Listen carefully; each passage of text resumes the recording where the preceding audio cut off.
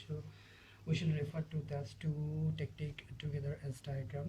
A diagram should be a clear and sense of person in order to এ মামা পড়তেছিস মামা and kiss.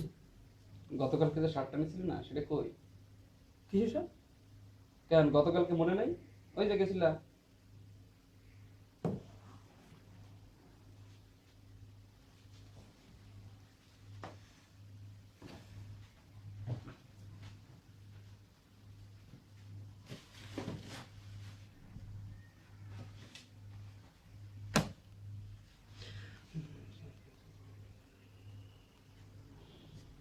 এরকম কেউ রাখে কেন কি হাজির এরকম এরকম কেউ রাখে হাজির কোথায় কি অবস্থা করে রাখছে